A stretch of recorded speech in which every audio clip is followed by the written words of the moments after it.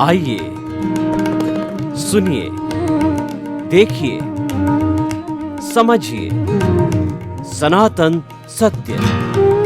जैसी दृष्टि वैसी सृष्टि, दृष्टि विज्ञान।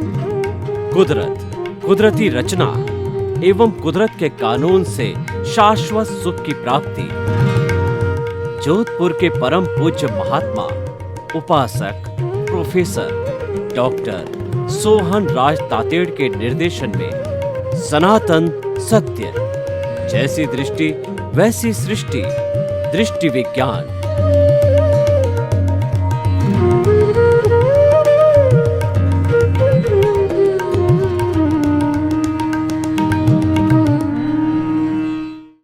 भाइयों और बहनों, मातृशक्ति को नमन।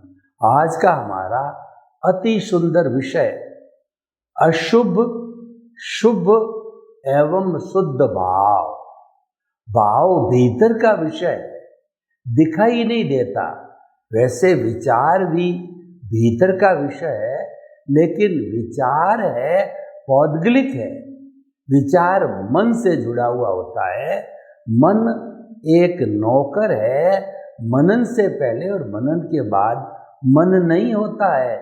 मन को पैदा किया जाता है जब हम मनन करते हैं, सोचते हैं, तभी मन पैदा होता है। उसके पहले मन नहीं होता है। मन चित्त का नौकर है।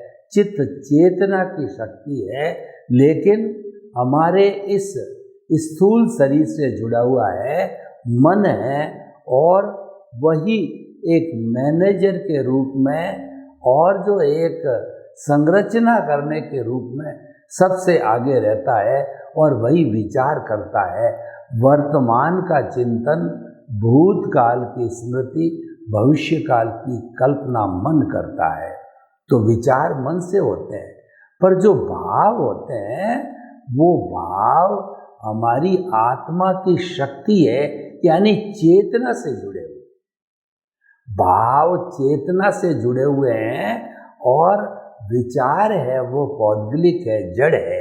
ये बेसिक डिफरेंस है। भावों से विचार बनते हैं, और भाव जो है हमारे जो अंतःकरण है, या जो हमारा तेजस शरीर, हमारा जो अवचेतन मन, सबकॉन्शियस माइंड है, वहीं पर भाव जगत है। और वो विश्व की सबसे बड़ी फैक्ट्री है। और भाव जगत का जो उद्गम है, यानी जो गंगोत्री है, वो हमारे अचेतन मन में है। और अचेतन मन में वो भाव प्रस्फुटित कब होते हैं? जब उदय और प्रारब्ध होता है। उदय होते ही जिस तरीके के भाव होते हैं, वो हमारे कार्बन शरीर कॉजल बॉडी से निकल करके, और आत्मा और कॉजल बॉडी का जो कॉम्बिनेशन है, उसके बाहर एक अध्यवसाय बनाते हैं। और अध्यवसाय से वो बाहर निकल करके और फिर तेजस शरीर, सब कॉन्शियस माइंड या भाव जगत में आते हैं। दूसरे शब्दों के अंदर वो प्रतिष्ठित आत्मा से जुड़ते हैं। हमारा जो अवचेतन मन है, वहाँ पर प्रतिष्ठित आत्मा भी कही जाती है। वो सारा पुरुषार्थ करती है। सारा पुरुषार्थ होता है वो अवचेतन मन तेजस शरीर के अंदर होता है।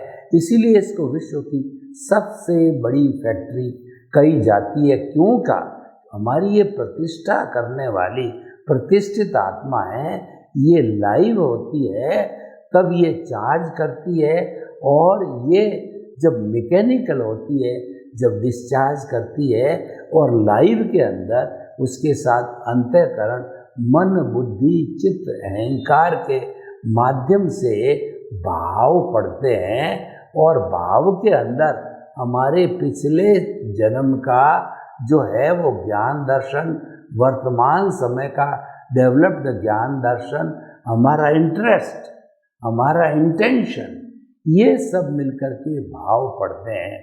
और प्रैक्टिकल व्यू पॉइंट पे मैं बताऊं कि भाव जो ओरिजिन होते हैं हमारी प्रतिष्ठित आत्मा के अंदर, जिसके अंदर मन, बुद्धि, चित्त, अहंकार जुड़ा हुआ होता है, और इससे जो है वो हमारा कहना चाहिए कि वचन के और शरीर के जो है वो बीज पड़ते हैं, और वो अगले जन्म में जाकर के वो वचन और शरीर के जो बीज होते हैं वो उदय में आते हैं, क्योंकि मन तो कॉमन है। मन हमारी प्रतिष्ठित आत्मा के अंदर चिंतन करने वाला है, और इस हमारे जो शरीर है अचेतन मन, उसमें भी वही मन है, क्योंकि मन तो एक सा ही होता है। तो इसीलिए हम क्या कहना चाहते हैं कि ये जो भाव बनता है वो बनता है कि हमारा जो उदय चलता है, उदय के अंदर तो क्या होता है कि एक्शन का रिएक्शन होता है, डिस्चार्ज होता है, ध्वनि की प्रतिध्वनि होती है, और वह मैकेनिकल मोड के अंदर होता है, ऑटो मोड के अंदर होता है, उसके अनुरूप ही हमारा चिंतन बनता है।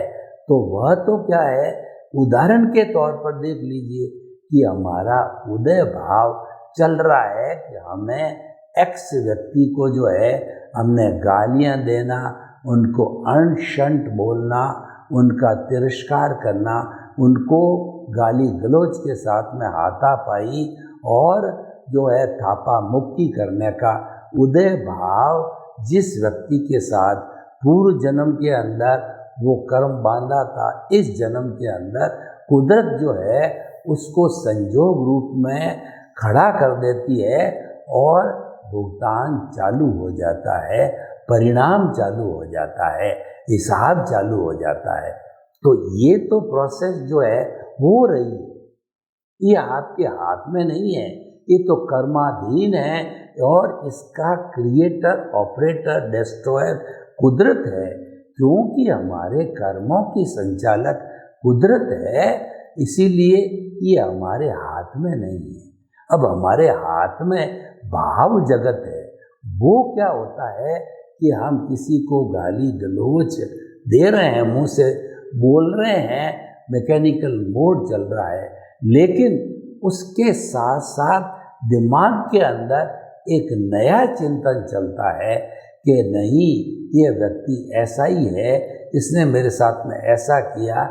यानी हम अगर बहिर आत्मा में होते हैं, अज्ञानी होते हैं, हम कर्ता भाव की अवस्था में होते हैं, तो वहाँ नया कर्म बंधन, नया कॉज पड़ता है, यानी कि हम उस पर प्रतिक्रिया चालू कर देते हैं कि उसने मुझे ऐसा बोला, ऐसा किया, इसके साथ ऐसा ही होना चाहिए, और प्रतिक्रिया नहीं करते हैं।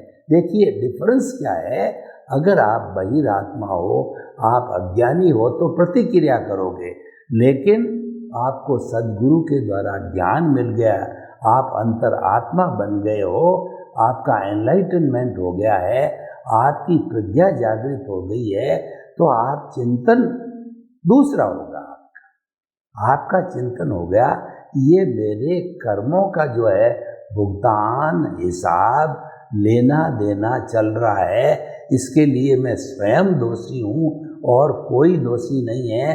तो आप रिएक्शन नहीं करोगे, प्रतिक्रिया नहीं करोगे, नए कॉज नहीं डालोगे, नए भाव नहीं बनेंगे, और आप जन्मांतर से बहिरात्मा रूप में चल रहे हो, तो वो तो साइकिल चलती रहेगी, नेले पे देला, टिट फॉर टैट, और जो है वह जो ईंट का जवाब पत्थर, यानी दोनों के बीच के अंदर एक्शन भी चलता रहेगा और आपके नए भाव भी पैदा होते रहेंगे, क्योंकि आप मन वचन काया से मुक्त नहीं हो, आप उनके साथ में जुड़ गए।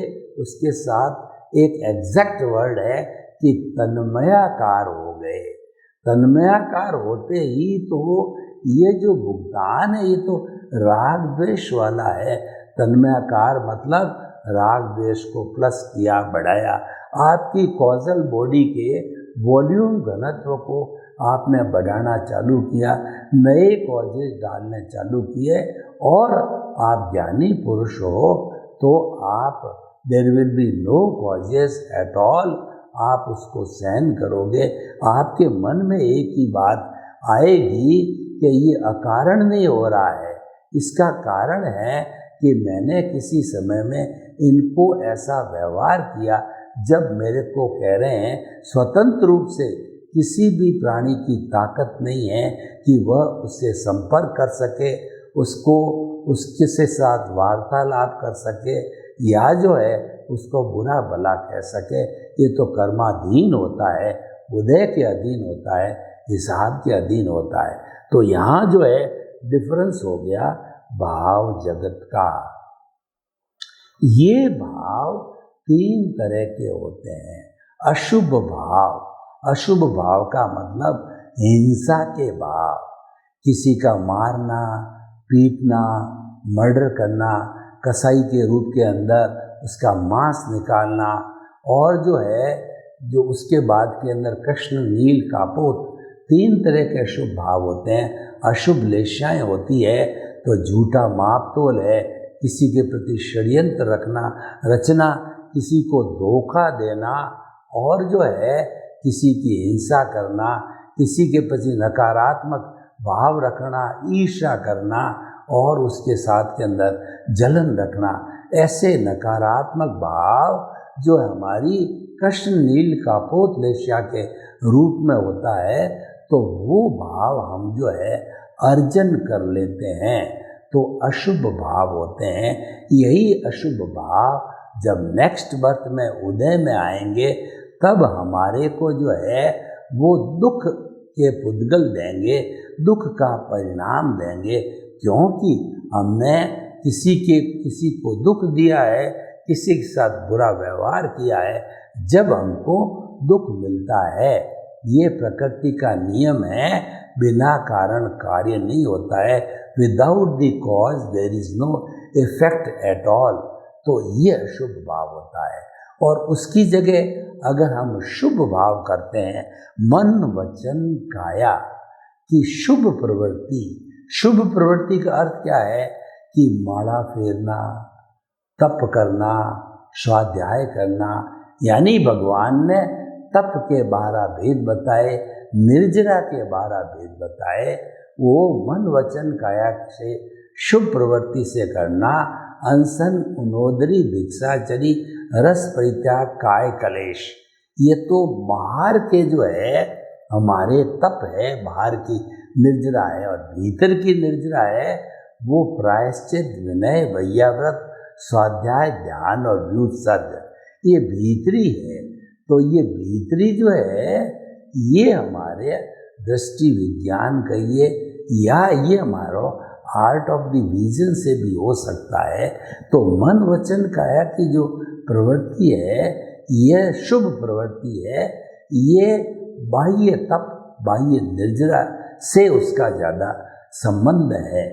तो ये हम इसको शुभ करने लगते हैं या शुभ क्रिया करते हैं, वो धार्मिक क्रिया है। उस धार्मिक क्रिया से पुण्य का बंध होता है। पुण्य कौन सा? जो कि हमको अगले जन्म में मनुष्य गति या देव गति, 2 अच्छी गतियाँ ही देगा।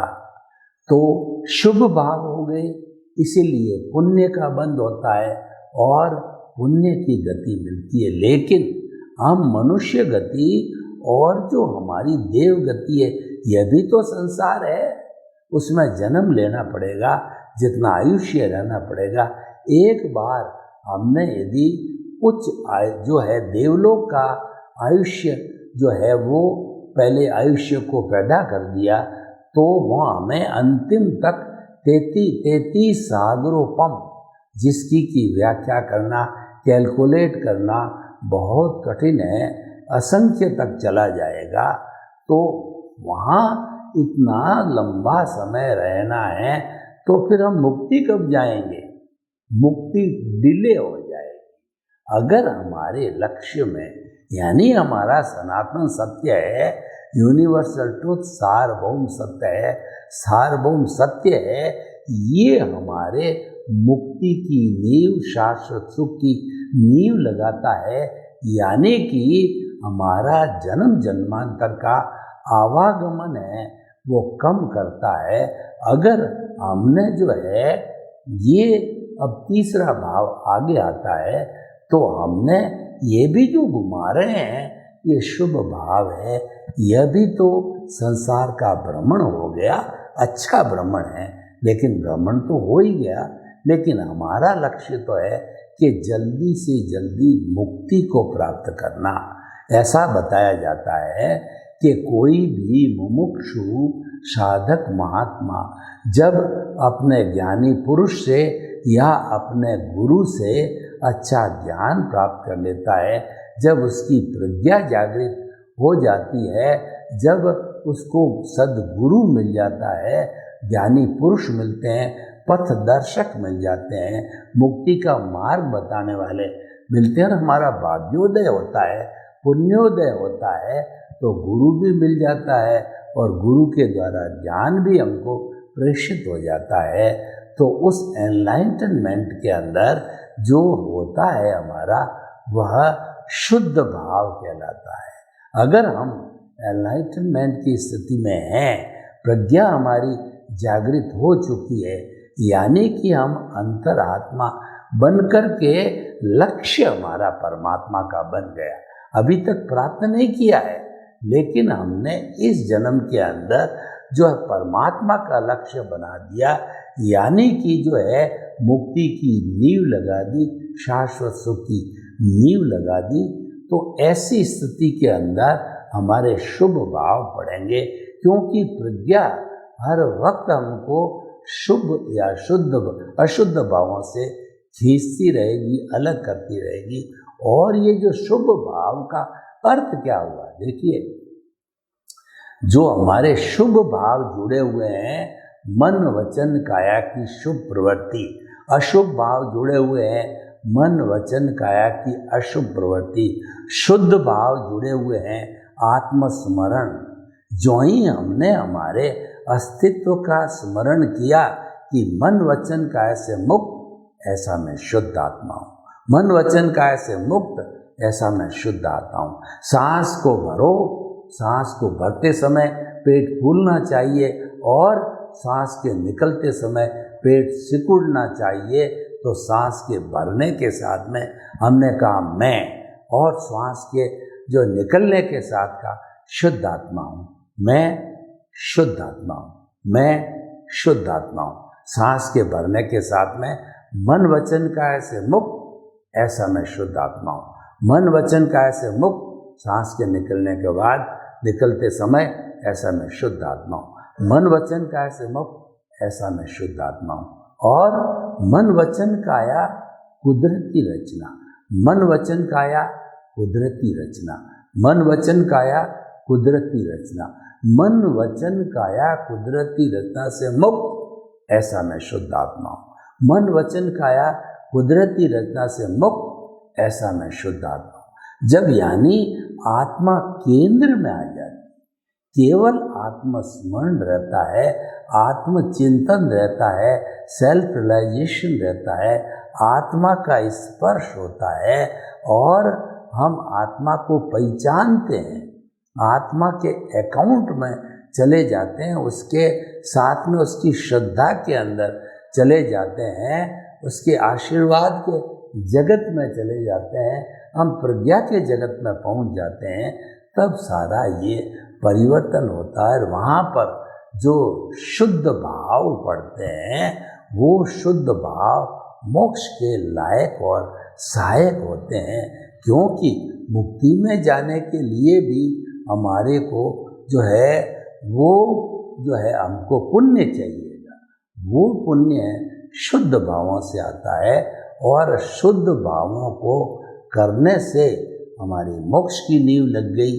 तो आने वाले जन्म है हमारे मनुष्य लोक के होंगे और हम जो है अपनी देव गति से जो हमको छुटकारा मिल सकता है, क्योंकि शुद्ध भावों वाला मुक्ति की ओर ही जाता है। तो शुद्ध भाव करते करते कुछ ही जन्मों में ऐसा बताया जाता है कि जब जो है व्यक्ति को प्रज्ञा जागृत हो जाती है, एनलाइटनमेंट हो जाता है, ज्ञान मिल जाता है, व्यक्ति जागृत हो जाता है, तो उसके अधिकतम 15 भव होते हैं और वो भी प्राय मनुष्य के भव होते हैं। मतलब मनुष्य का भव अगर 100 साल भी माने तो 100 का मतलब 100 × 15 = 1500, 1500 वर्ष हो गया। और देवगति में चले गए और उच्च देवगति के हो गए तो 33 सागरोपम, दोनों का कोई कंपैरिजन नहीं है। तो कहने का अर्थ ये है कि ये हमारा एनलाइटनमेंट जो है, ये हमारा कुंडलिनी जागरण है, ये हमारा सम्यक्त्व है, ये हमारा सम्यक दर्शन है, वो हमारे मोक्ष की नींव लगा देता है। ऐसा कहा जाता है कि व्यक्ति एक बार सम्यक्त्व को प्राप्त कर लेता तो निश्चित तौर से वो मोक्षगामी होगा, मोक्ष की नींव लगी उसके लिए। वो हो सकता है कभी सम्यक्त्व चला जाए, कभी सम्यक्त्व आ जाए। इसका अर्थ क्या हुआ कि हमारा उदय प्रारब्ध डिस्चार्ज साथ साथ चल रहा है, तो कभी अगर हम जुड़ जाते हैं तो उसके जुड़ने के कारण कई बार सम्यक्त्व चला भी जाता है, लेकिन हमारी प्रज्ञा जो है हमको खींच करके मूल स्थान के अंदर लाती है। तुम तो महात्मा हो, तुम तो साधक हो, तुम तो जो है वह शुद्ध भाव में ही रहना चाहिए, तुम्हारे को अशुभ और शुभ भावों में नहीं जाना है। तो वो बार बार खींचती रहेगी। कहने का अर्थ है कि प्रकृति और पुरुष हमेशा अलग रहेंगे। हमारे जो है कर्मों के कोर्स के कारण दोनों जुड़ने की कोशिश करेंगे तो तुरंत प्रज्ञा की ड्यूटी है कि वह उसको अलग कर देगी। तो प्रकृति और पुरुष का अलग रहना है, ये सम्यक तप है। हमारे साथ जो है हमको जो सद्गुरु ने ज्ञान दिया, एनलाइटनमेंट मिला, तब हमारा कर्ता भाव समाप्त हो गया।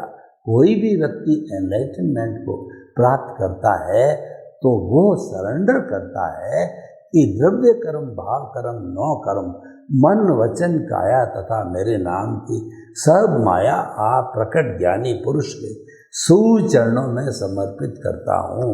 तो ज्ञानी पुरुष और सद्गुरु होता है, उनके पुण्योदय हमारे पुण्योदय, उनके निमित्त हमारे निमित्त से जो है हमको ज्ञान प्रेषित करते हैं, क्योंकि गुरु बिना ज्ञान नहीं होता है।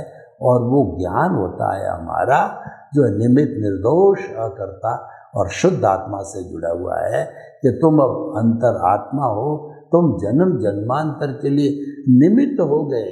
निमित्त का अर्थ हो गया कि तुम अकर्ता बन गए और हर दुनिया का प्राणी निमित्त है। और वो निमित्त जब है तो सारे ही निर्दोष है, वो उसका कोई दोष ही नहीं, क्योंकि वो आके खड़ा होता है तो उसको कुदरत खड़ा करती है संजोगों के अधीन, और वो आता है आपके उदय के अधीन। यानी उदय के अधीन का अर्थ है आप उसको बुलाते हो और उसको प्रेजेंट करने में कुदरत आपका द्रव्य क्षेत्र काल भाव से सहयोग करती जब आता है तो वो हो गया, वो निर्दोष है, उसका कोई दोष नहीं है। निमित्त निर्दोष अकर्ता सब बन जाते हैं। और जो व्यक्ति प्रज्ञा जागृत वाला होता है, हर व्यक्ति में, हर प्राणी के अंदर शुद्ध आत्मा के दर्शन करते हैं, क्योंकि वास्तव के अंदर समस्त जीवित प्राणियों में सामान्य दृष्टि से एक सा ही प्रभु भगवान ईश्वर बनने की उसके अंदर क्षमता है। कोई भेदभाव फर्क नहीं होता है और वो भगवत स्वरूप में हर जीवित प्राणी के अंदर विराजमान होता है, तभी वो जीवित प्राणी कहलाता है। वो नहीं होता तो मुर्दा कहलाता है। तो उसके रहने के कारण जो है वो सामान्य दृष्टि से सब एक जैसे हैं, तो हम चिंतन करने लग जाते हैं निमित्त निर्दोष अकर्ता और शुद्ध आत्मा। तो ऐसा चिंतन हमारे आर्ट ऑफ द विजन, हमारे मस्तिष्क के अंदर चलता है, क्योंकि सनातन सत्य जो है वो कुदरत की रचना, कुदरत के कानून पर आधारित है। और हम चाहते हैं कि आपकी रॉन्ग बिलीफ समाप्त हो जावे, आप राइट बिलीफ में काम करने लग जाए। और वो राइट बिलीफ है आपकी आर्ट ऑफ द विजन है।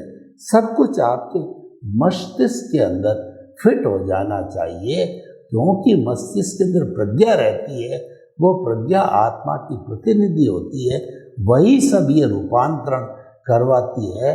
तो इस तरीके से रूपांतरित होते होते जो है हमारा जो अज्ञान है वह धुलते धुलते धुलते नाश हो जाता है। इसलिए कहा जाता है अज्ञान का नाश ही सबसे बड़ा नाश है, अज्ञान का त्याग ही सबसे बड़ा त्याग है। और आप अपने शाश्वत सुख को प्राप्त कर सकते हो। सर्वे भवन्तु सुखिनः, सर्वे सन्तु निरामया, लोक के सब जीवों को सुख मिले, शांति मिले, आनंद मिले, प्रेम मिले, सौहार्द मिले, मुक्ति मिले, आपके प्रति मंगल भावना। ओम शांति।